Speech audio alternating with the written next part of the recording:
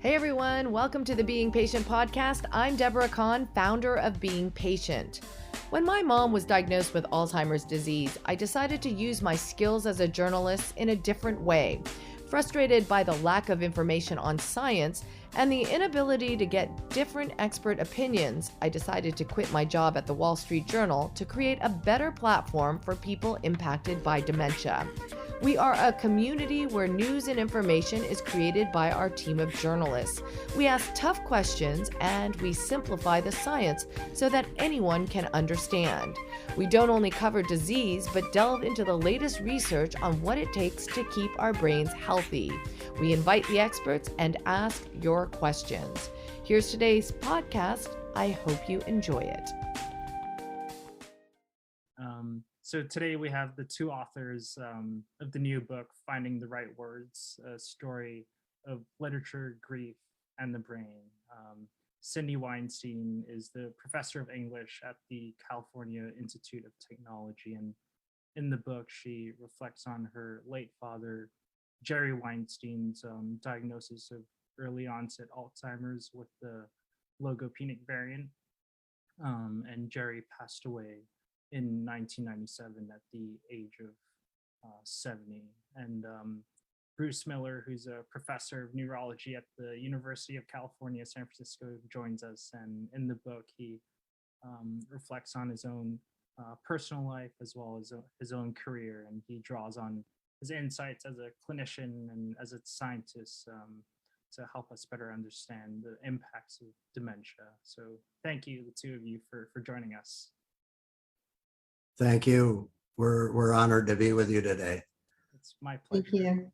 So Cindy, I want to start the question with you. I wanted to ask you, what motivated you to join forces with Bruce to write and publish this book now? Because it's been quite some time since your dad was diagnosed with Alzheimer's and quite some time from his passing. So yeah, can you tell us about what inspired you to write this book now?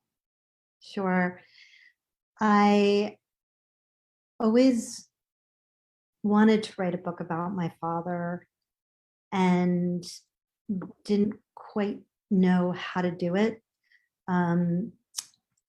What I did know is I didn't want to write the book alone, in large part because I felt like I had lived with the pain of his disease alone in a certain way.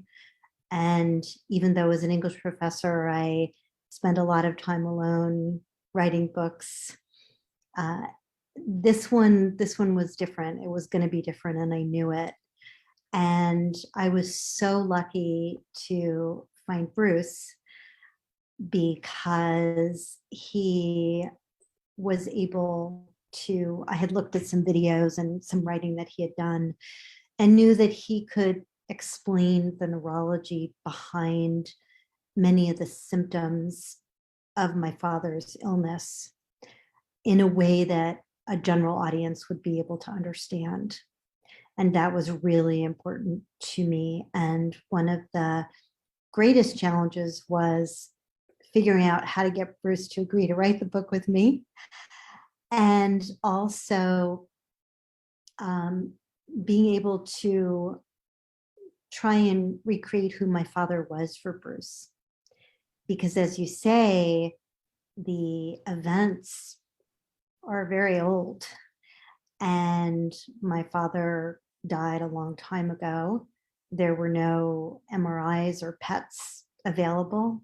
So Bruce's knowledge of my father could only come from me and the stories I remembered about him before he was sick, while he was sick.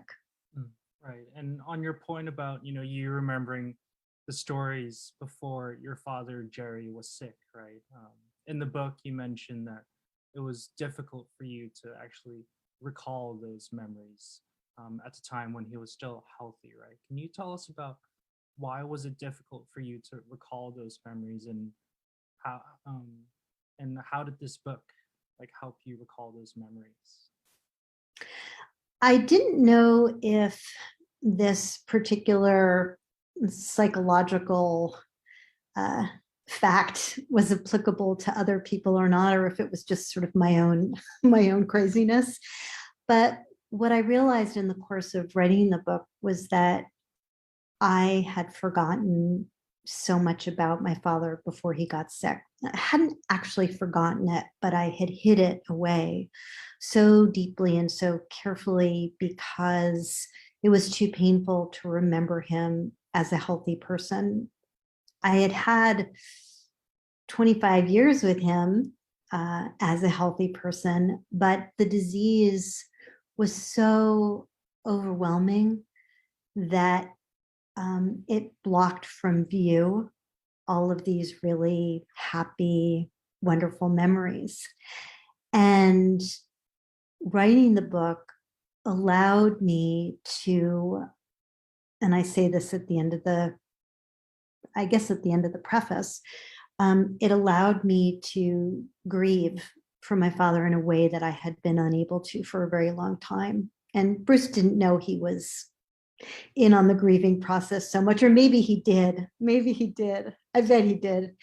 And it was only by sort of working out the grief and remembering the extremely painful things and looking at them very straightforwardly that then I was able to get to the happy stuff that happened before my father got sick. Right. So in many ways, the book was like an avenue for you to embrace the grief that you had, embrace the grief and the pain that you've had for so long. Right. Right. And Bruce, yeah, sorry, go ahead. I was just going to say, as sometimes happens when you write a book, you don't know what the thesis is. I didn't know that that's what I was doing until it was over and I had to write the preface. And I realized that what I had been doing with Bruce was in the Jewish tradition, it's called sitting Shiva. And that's what I had been doing for a year in the way that maybe academics sit Shiva. So read a lot, study a lot, write a lot. And Bruce, I want to take the question to you on Cindy's point. I was wondering, as a neurologist, as a clinician working with so many patients and families over the years, do you also see a similar pattern where it can be hard for family members and loved ones to remember, the good memories that they've had of their of the person with the disease before the person had the disease, to remember the memories when the person was still healthy? Do you think that's a common challenge for people? It is. And I think the negatives of caregiving, even its effect on the health of the caregiver, can be so overwhelming that people forget who the person was, why they love them. And so I think this is very common. And, I think good clinicians spend a lot of time trying to get a sense of where someone is, but also encouraging them to, hear from me, and in my case, that they are doing an extraordinary job of looking after a very important special person. And that very important special person, even though they may have trouble with memory now, is putting out a Herculean effort to communicate, remember. And so I think for me, the validation is the first step in helping people to think about, the good times. And sometimes the degenerative disease is a good time. I think it varies enormously depending on the anatomy of the illness, the way caregiver and the patient have lived together. Many factors go into that. But I think trying to see the positive things is very much part of what I do. Right. And the notion that people can still live well with dementia, right? I think that's a really important notion. And as you mentioned, right, there are still some good times, right, as people live with the disease, right? Yeah. In Cindy's book, there's a very compelling, very sad piece about her father's friends who golfed with him until he started to have spatial troubles, and then they abandoned him pretty dramatically. And I, of course, this is not an admirable human trait. And if they were keeping track of their humanity, I think they might have realized that they had dropped. But I think the sadder part is that they lost the opportunity to become a better human being, and to change their own brain in a way that made it easier for them to help people the next time something like this happened. Right. Yeah. Because Cindy, you, like Bruce said, right, you wrote about the instance where like your dad has always loved golf, and you tried to get into it, but I think he he never got into it, right? But the thing was, like, his friends stopped playing golf with your dad at some point, right? And I think that was a chapter where you talk about living in two worlds, right? And on one hand, you were in a really good place in your life, like you were studying at Berkeley as a graduate student, and you were very happy there. And on the other hand, your parents, your mom and your dad, were in a very different place. Can you tell us about how you contended with that, of being in two different places, and what situation was like for your parents at the time? I should say Bruce does a beautiful job of capturing the complexities of our relation to space in his response to my section on Lost in Space. To answer your question, how did I do? The harsh English professor critic in me says, like, terribly. I went into serious compartmentalization mode, and by day I was happy English PhD student, loving Berkeley, reading everything I could get my hands on, becoming the best reader of literature I could be. And then I remember at night the lights would go off and I would feel like I had an elephant on my chest. I didn't know what that was. I knew it didn't feel good. Anxiety wasn't such a term then compared to now, but I recognize it as that now. And so in the book, I talk about sort of having a really dangerous compartmentalization of life. And my parents were suffering inordinately. My mother was losing her social world. She was extremely social.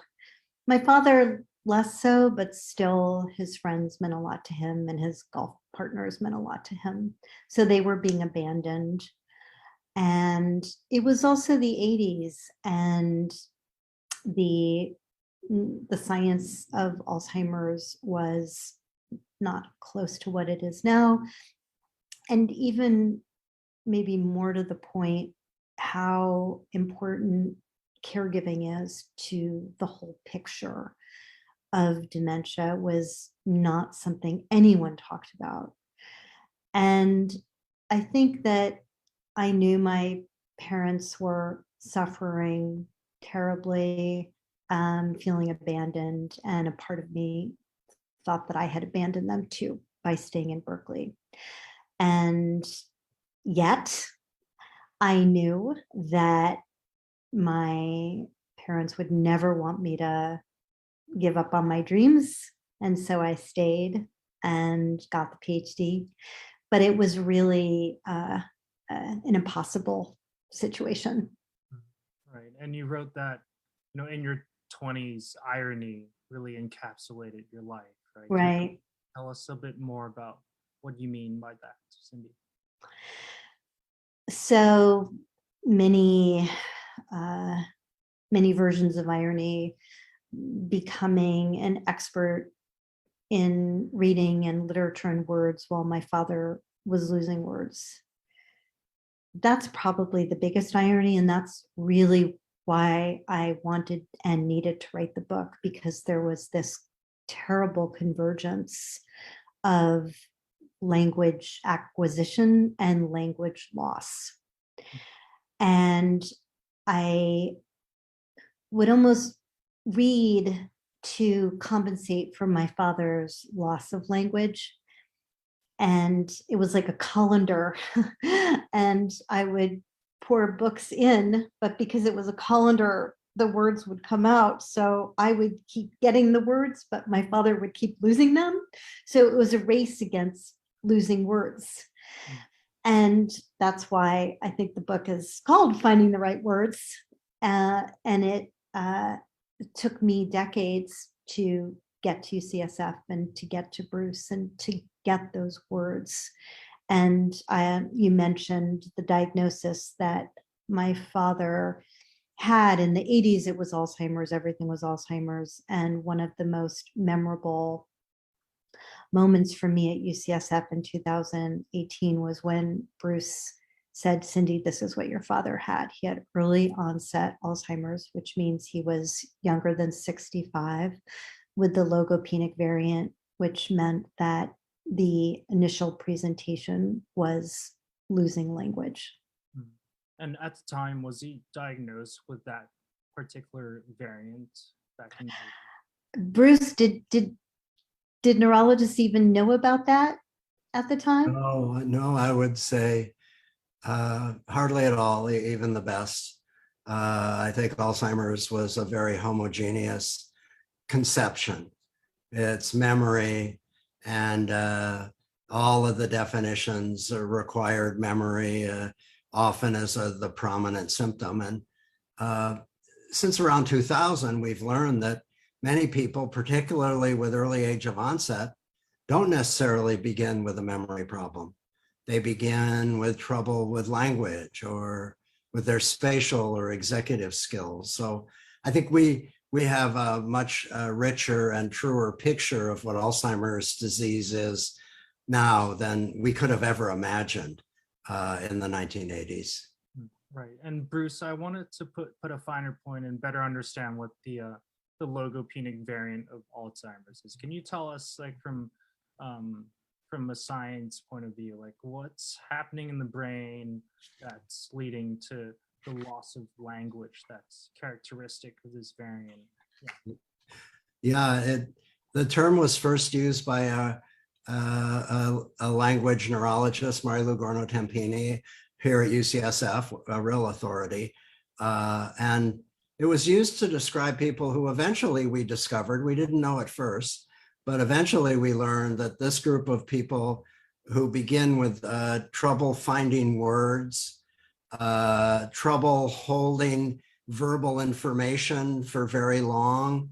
So often one or two words is all that they can understand at once. Often associated with trouble with reading and writing. This turned out to be one of the major subtypes of early onset Alzheimer's disease.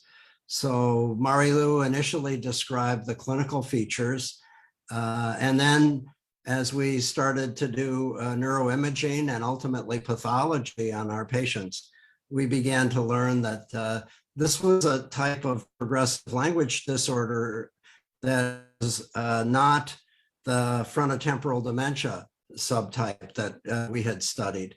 So this was really a variant of Alzheimer's disease. It was unique. And then as this was studied further by Zach Miller, we realized that many of the people that got this form of Alzheimer's disease had been dyslexic in childhood. They had learning disabilities, as many as 50% of this population. And it's made us think in a very different way about when does a disease begin and what makes us vulnerable to one disease versus another. It's not that the dyslexia causes Alzheimer's, but if you are dyslexic and you get Alzheimer's disease, it may manifest initially in that vulnerable language circuit that you were brought into the world with. And what's specifically happening in the brain? Like what brain regions are impacted in this variant of Alzheimer's? Yeah, this is posterior temporal, near the area where we comprehend, Wernicke's area, and it is also posterior parietal. And that's an area that is very critical for reading and writing.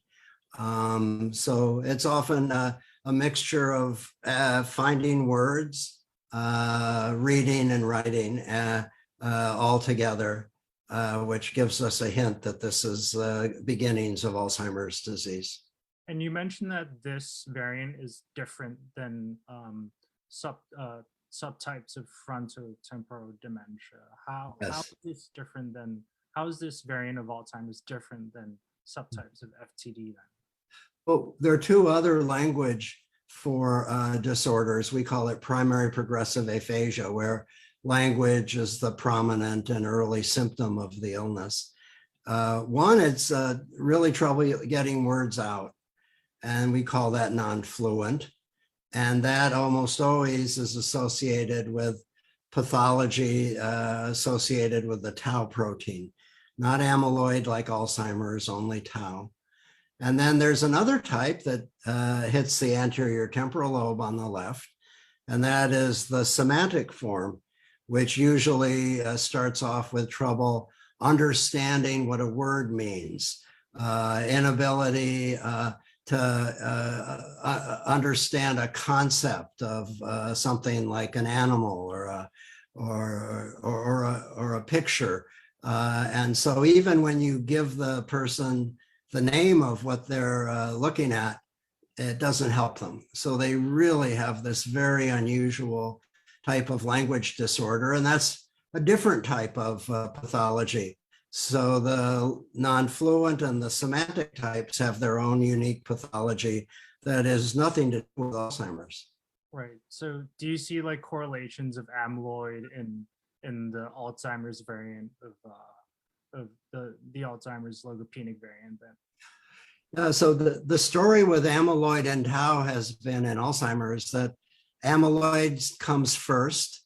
It doesn't correlate very well with where in the brain someone is having a dysfunction.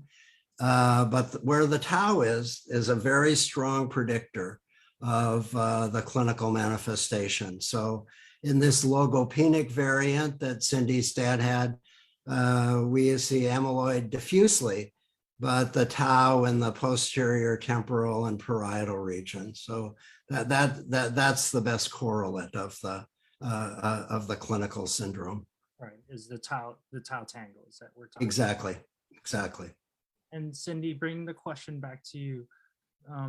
You know, as your dad was losing his language, and as you were studying as a graduate student at Berkeley, like even though you were physically, you know, apart, you were still communicating with your dad, right? Can you tell us about like the symptoms of his loss of language that you notice, even though you were physically distant? Since we are talking so much about the particular variant that my father had, and when Bruce gave me that precision diagnosis, as it's called, I thought maybe I would just read a paragraph from the chapter in our book called Diagnosis, just to give the audience a flavor of the book, and then I'll talk a bit more about some of the other manifestations of the disease.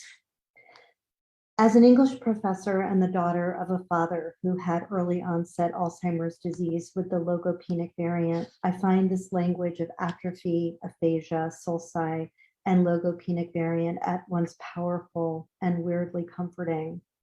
I feel enriched by these words, partly because learning new words, even ones that translate into pain, makes me happy, and partly because they tell a story about my father that, looking back, might have been valuable to me at the time that he was ill. They exude accuracy and stability in contrast to the emotional quagmire of grief, love, and guilt with which I have been preoccupied for a very long time. It might have helped even just a little bit to have known that his losses had biological and chemical origins. So some of those other losses that you've asked me to talk about, they include a loss of conversation. I would call my parents in Florida, and my mom was always the more talkative one, but I was extremely close to my father, and our conversations were mostly me talking and him responding in a monosyllabic fashion. And then he would turn the phone over to my mother. So that was strange. Another manifestation was in the days of writing letters. My father's handwriting it was never very good to begin with, but it got significantly worse. He would type letters to me on his Selectric, his IBM Selectric, and there would be many more spelling errors than in the past, some of which he would catch, and there'd be an X, and then he would do the correct letters. Sometimes you didn't even notice that there were spelling mistakes. One of the biggest symptoms that I didn't know was a symptom, but learned from Bruce that it had to do with my father's mood. He was really quite depressed in the early 80s, and my family chalked it up to the fact that he was selling his business that he had been in with his brother-in-law for a really long time. Even though he was excited to be moving back to Florida, it was a huge transition moving from New Jersey to Florida. There were all these catalysts, in other words, that seemed to explain to us why my father was a kind of a different person. And I remember going back to New Jersey with my boyfriend, now my husband, and Jim said to me, "Your father doesn't seem like the person you told me he was." And I said, "Well, he's depressed."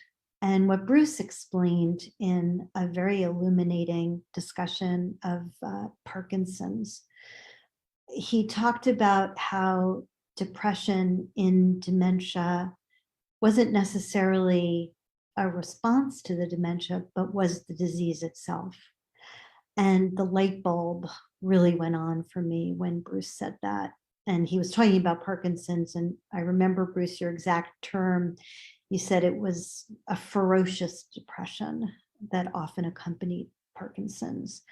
And that was certainly the case for my father, even though he didn't have any symptoms of Parkinson's until well into the disease. So those were some of the things I noticed, Nicholas, about my dad. So do you think your dad actually felt like depressed that, his language is going, that, cognition is going, like that he's aware and that he obviously didn't feel good about it? Do you think that was the response to the symptoms?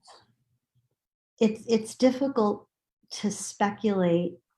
I would say, yes, he on some level knew that he was losing himself. He was coming apart at the seams. But in the book, Bruce talks about, and I forget the word, Bruce, people who are experiencing dementia but don't know it, and what a gift that can be. What was the word, Bruce? Anosognosia, denial or lack of awareness of an illness. And I would also say many times we see before someone even develops obvious manifestations of a neurodegenerative disease, a mood disorder. And I think we forget that things like mood and anxiety and psychosis all come out of the brain.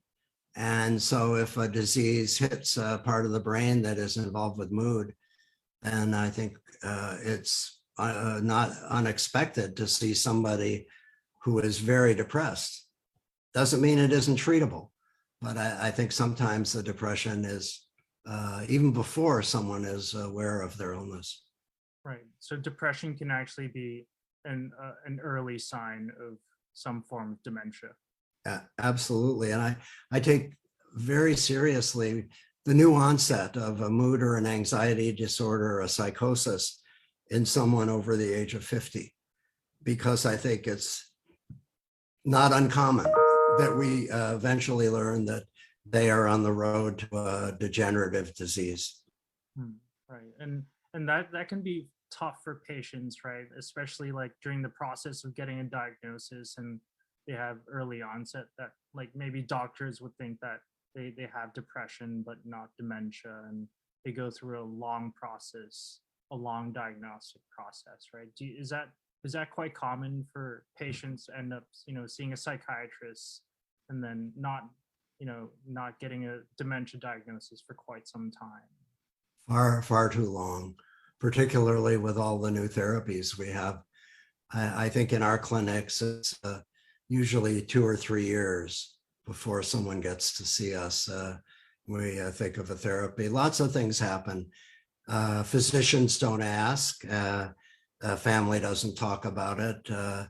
Then sometimes they ask, but they don't test. A lot of times they do testing, but write off deficits and say, well, they were anxious or sad.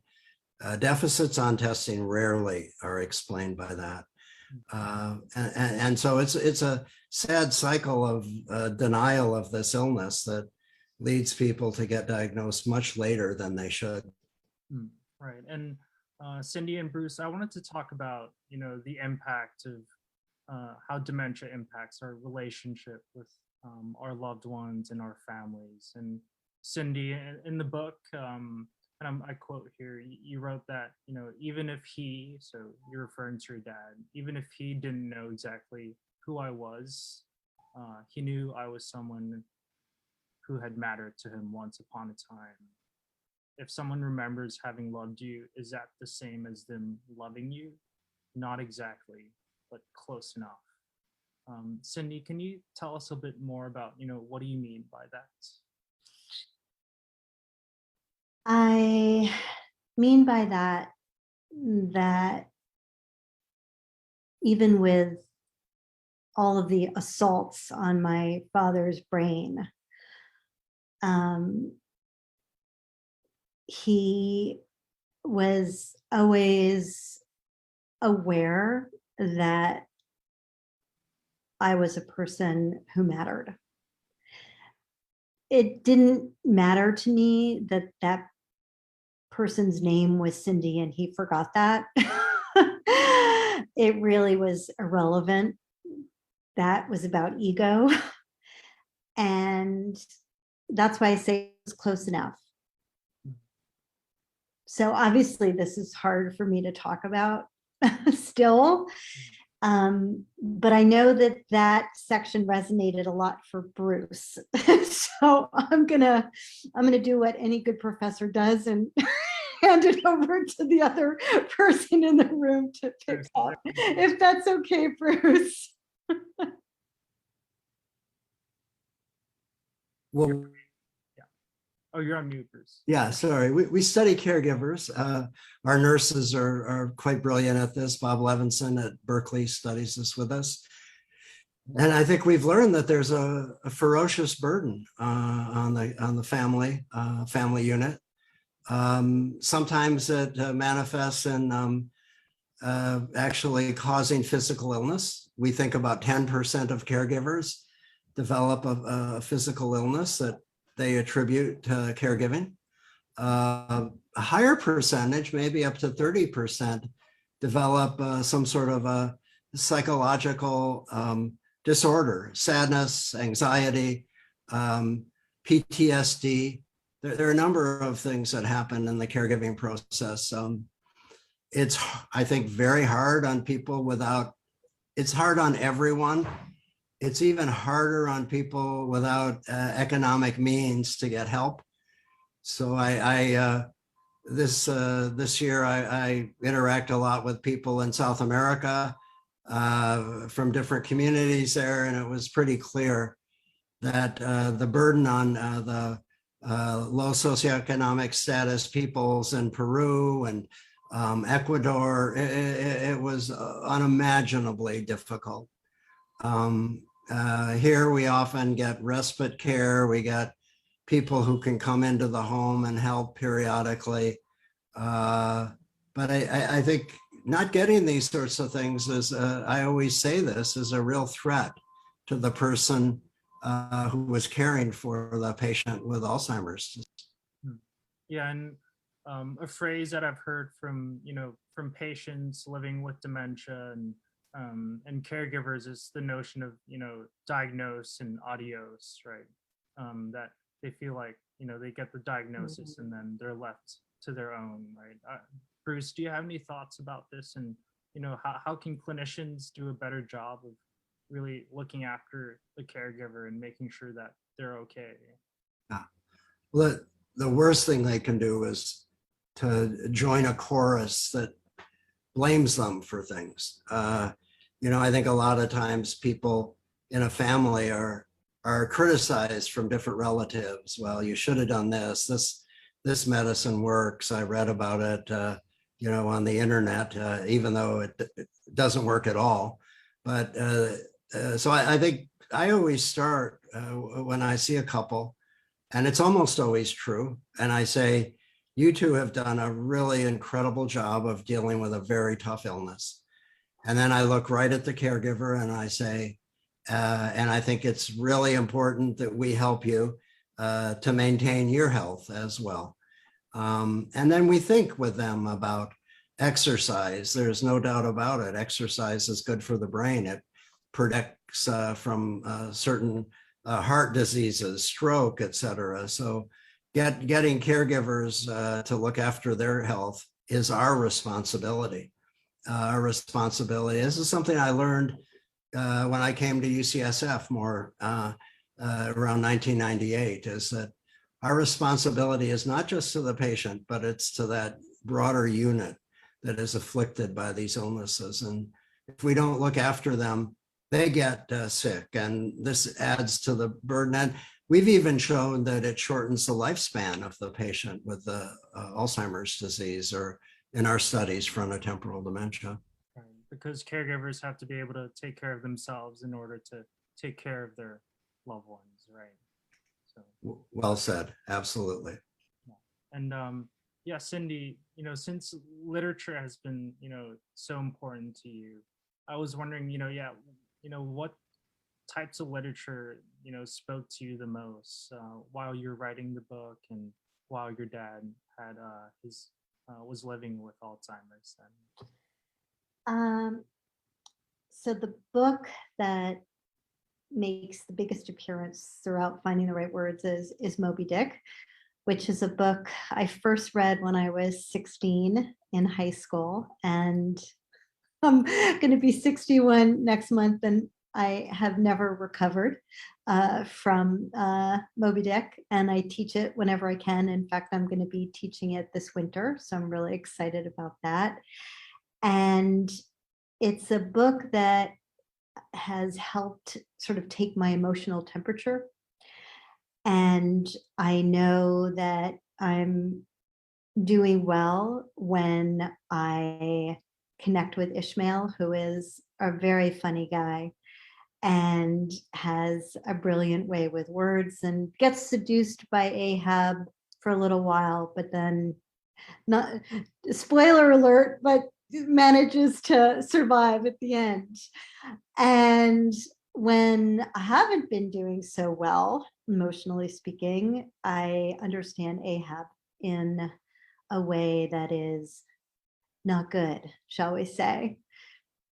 And what I've also come to realize is the whale is a very important character in all of this. And he's probably the one wants to be most connected to, because the way Melville describes him is his eyes are on each side of his face. And so he's able to hold two completely disparate images, concepts in his brain at one time. And that's what I've tried to do in the book, be the whale. And so Moby Dick has been or texted throughout my life. And about, while I was Oh, go ahead. Like, I was wondering, like, how do you think your understanding of the characters, like the whale and Ishmael and Ahab, like, how do you think your view of the characters have changed from the first time you read the book and then throughout your father's illness? Yeah. Um, that's a great question, Nicholas. One of the most sort of majestic things I think about how Ishmael Melville writes about the whale is trying to understand the whale, whether it's the whale's skin or the thing that comes out of the whale's spout. And Ishmael has these chapters that set out asking a question: what is the skin of the whale made of? Or what's that stuff coming out of the whale spout? And in the course of trying to get to the answer, you get beautiful sentences and beautiful language, and you get to see a mind at work. And then you never find out what the answer is. And one of my favorite moments is in the part about the spout. Ishmael says, really, the only way you can figure out what's coming out of it is to stick your head in it and probably die as a result. And so you're just left with this sort of luxurious and amazing discussion and aesthetic and beautiful words. And it's all about the process of learning. And I think that at the process of learning and then the process of saying, you know, I just don't know, but it was so much fun trying to figure it out. And I think I wish I hadn't had to write this book, but Bruce helped me write it in such a way that it was really a beautiful process that I hope produced something really valuable and really beautiful. Right. And on your point about the process of learning, right? I mean, obviously, as a professor, you're a lifelong learner, but you wanted to learn more about neurology, right? And about the paragraph that you read to us earlier in this interview, you spoke about how terms like aphasia and sulci, things like that um, that was oddly comforting in a way for you, right? And Right. was that the experience for you when you became a fellow at the Global Brain Health Institute, where Bruce is a co-director, right? You were a fellow there for a year. Like, why did you decide to study neurology? Was it to try to better understand, like, what was scientifically going on in your dad's brain and his body? Well, Bruce said the magic words when I had met him a year and a half or so before the program, before the 2018-19 year began for me at UCSF, and he asked me if I wanted to learn some science. And I said, yes, how do I do that? And he said, you need to apply to the Global Brain Health Institute and come to UCSF, and you'll take classes and you'll sit in on grand rounds, and you'll get to talk to caregivers, and you'll learn about what neurologists do now. And I knew that's what I wanted to do. I didn't exactly know how it would all play out, but I was certain that the vocabulary that I had, whether it was vocabulary based in my love for my father or my love for literature, was inadequate to telling the story of my father that I wanted to tell. And so I wanted to find a neurologist who could write really well and could explain neurology to me, and I was a stand-in for the reader in a way that a general audience could understand. Right. She was a great student of neurology. Yeah. And Bruce, how about for you, your relationship with literature? How do you think it's has it been an important part of how you practice as a clinician or as a scientist or as a neurologist? How do you think it can help us better understand dementia and how it affects us? Well, I in writing this book, I thought a lot about that, and this was one of the real gifts that I got from Cindy, is this ability to think about the role that books had played in my life, and I was very bookish. I read constantly throughout my young adulthood. It was probably the only unifying academic thing I could have said about my experience. And then after getting an English degree, I decided that I fell in love with biology and medicine and went back and got a chemistry degree. But I think the appreciation of literature and I realized writing this, when you read a book, you incorporate a whole new world into your own brain, and the richness of that experience, changing your brain forever. When I wrote about Cindy's dad, thought about how reading books with my grandfather, imbued me with a certain ethical point of view, very really strong interest in England, which he was interested in, and these things stay in your brain for a long, long time and shape it and improve it. So, getting into this process of writing with Cindy, a brilliant writer. Oh wow! It was just such a wonderful opportunity that doesn't come along very often. I just loved it. Right, and yeah, I mean, literature and writing and stories, it's so important for us to learn about people's viewpoints, their values and their ethics, and how we can use those to apply it in our own lives, right? And it doesn't matter how advanced our technologies are. Like, at the end of the day, it's about the stories between people that we ground ourselves back in, right? Exactly, and it's what a physician does. A good physician is he learns people's stories. He listens, or she listens, hears where someone is coming from, and without those personal stories, we're quite inadequate, I think, in our ability to heal. Right, to see the person and not just the disease, right? Always start first with the person. Absolutely, yeah. Bruce, you mentioned that the highlight of your week is always seeing patients and taking their stories, right? That's always your highlight of the week.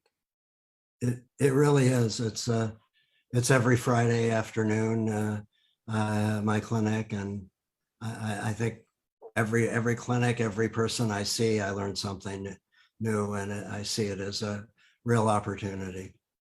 Right, and yeah, I think to close things up here, to wrap up our discussion, Bruce, there's a paragraph in the book that I wanted to read, and I thought it was very impactful, and I wanted to read it to our audience, and see if you have any additional thoughts. You wrote that nowadays there's a big push.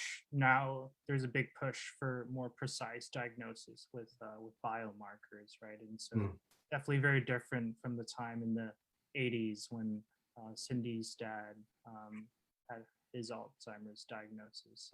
Yes. Biomarkers, a term that's used to describe objective tests that can help with the diagnosis and staging of disease, should supplement, not replace, histories in our relationship with patients and families. We're social species. Technology will never fully supplant our need to connect, our need to tell and listen to stories, and to reflect upon the meaning of those stories. That is who we are. So, yeah, is there anything else you'd like to add to that? Well, I think Cindy weaves quite a story in this book, and it forced me to think about my own experiences, the inadequacies of the language that we use in science, and the chapter on memory. I realized that when I tried to explain this, thinking about a lay audience who may not be study memory, I realized there were so many things we didn't understand. And I think it's an artist like Cindy that makes us understand the limitations of our own belief systems. And for me, this was quite profound. And Cindy, my last question for you is, what do you hope people can take away from the book then?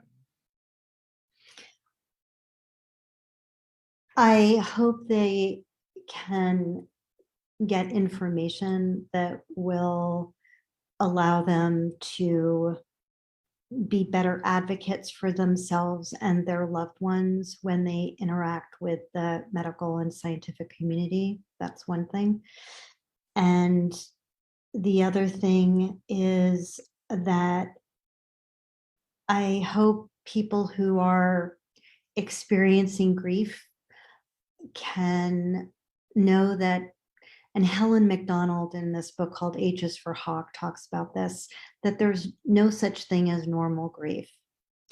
That if it takes 30 years, it takes 30 years.